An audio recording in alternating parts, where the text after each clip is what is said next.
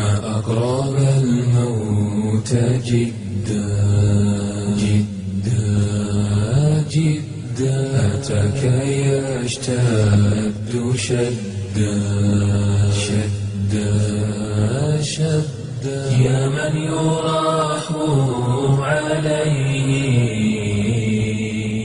أحضر لي مرأة لتغسيلها عندي في المقبرة، وكان حضورها من البداية حضور لا يليق بالميت. أحضروها في سيارة مكشوفة في عز الظهر في شمس محرقة، وكان تحت المرأة الميتة فراش من الإسفنج، فمع طول الخط حتى وصولها للمقبرة الأخوان كانوا متمسكين في سيارة النقل ولم يتمسكوا أو يمسكوا المرأة من الاهتزاز في السيارة، فوصلت عندي المقبرة والمرأة على حديد السيارة، الفرش في جهة وصلت على نفس الحديد. أنزلوها وأدخلوها إلى المقبرة ليقوموا الأخوات بغسلها. بعد ما قاموا بغسلها قمنا بالصلاة عليها في المسجد. والعبرة هنا يا أخت كانت غسلها غسل عائلي كما تذكر الأخوات اللي قاموا بغسلها، والصلاة عليها كان صلاة عادية لم نلاحظ أي شيء. لكن العبرة هنا يا أخت عندما أردنا تنزيل هذه المرأة إلى القبر لم نستطيع تحريكها ولم نستطيع حملها من النعش إلى القبر، وكان العدد يكفي لأن يقلب سيارة ظهرها على عقب. لم يستطيعوا تحريك الجنازة قدر 1 سنتي في القبر. نزل 3 من أولادها في القبر، ووقفت أنا على فتحة القبر لإنزال الميت من النعش على الحفرة فلم أستطيع. تخيلوا فتحة القبر مثل فتحة المكيف وحاطط رجلي أنا على الفتحة. فإما شاهدت المنظر هذا إنه كل اللي واقفين ما قدروا يستطيعوا ينزلوا الجنازة هذه في القبر، بدت رجلاي تنتفض من حول المنظر. ابنها الكبير كان تحت، أول ما شاف المنظر طاح على ركبته وكان يبغى يضرب بالصوت، يبغى يزعج بالصوت.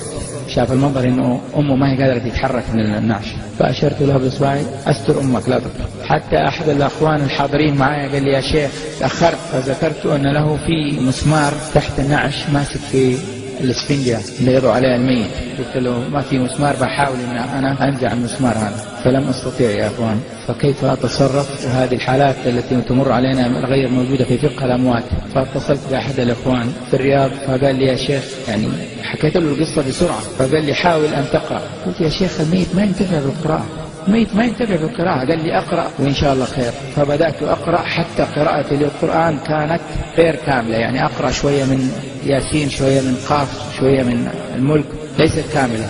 بعد أن قرأت بدأت رجلها من الخلف ترتفع. إحنا ننزل الميت ندخلها مع رأسها سل من جهة موضع الرجول، فبدأ رجلها يرتفع من الخلف. فقلت الحمد لله فاتحة خير.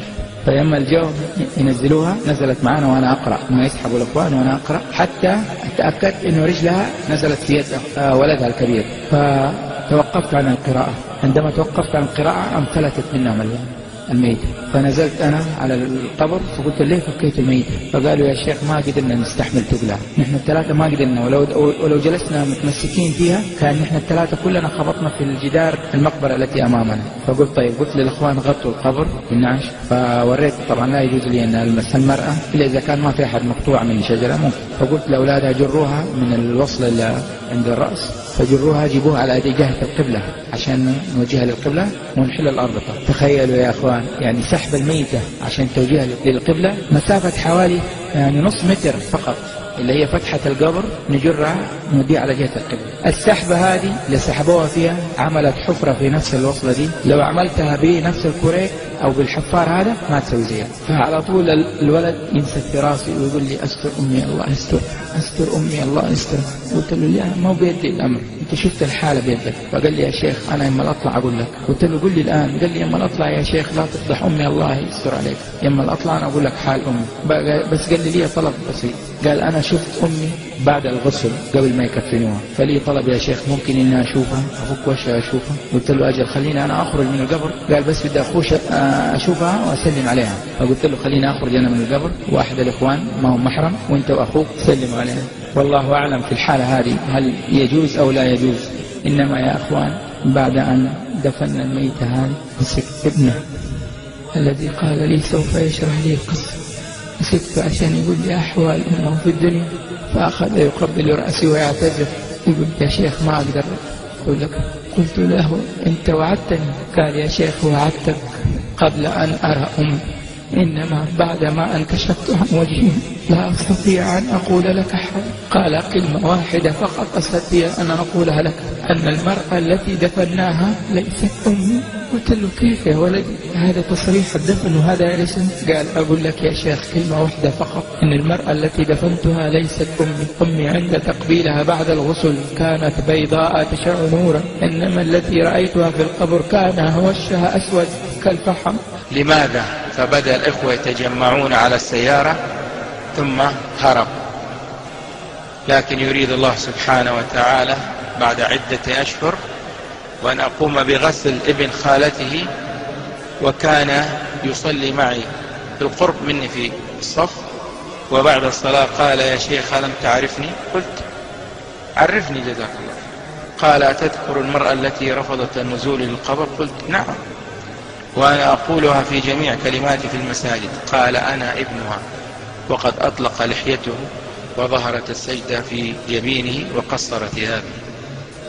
قلت لا أنا أعرف ابنها. قال أنا أقول لك يا شيخ إنها والدتي وأذكر لك الدليل. قلت إنما هرب ابنها ولم يقول لي السبب، لم يذكر لي السبب. قال الآن أقول لك السبب يا شيخ ليرتاح ضميري.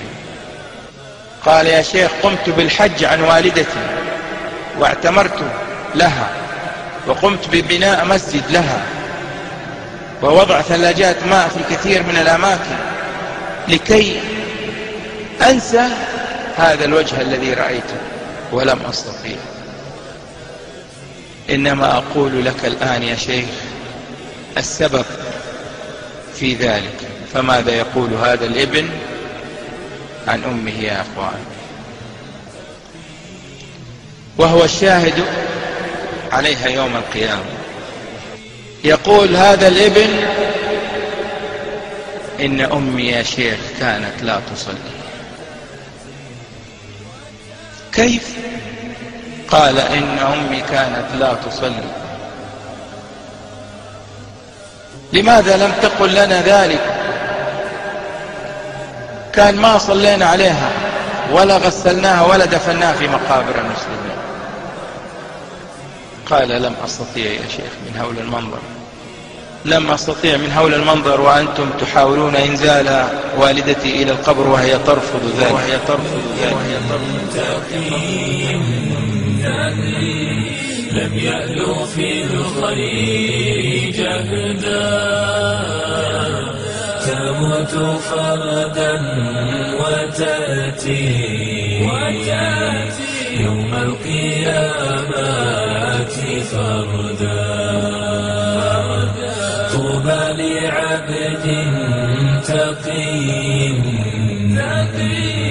لم يألو في الخير جهدا، تموت فردا وتأتي يوم القيامة فردا. طوبى لعبد تقي لم يألو في الخير جهدا.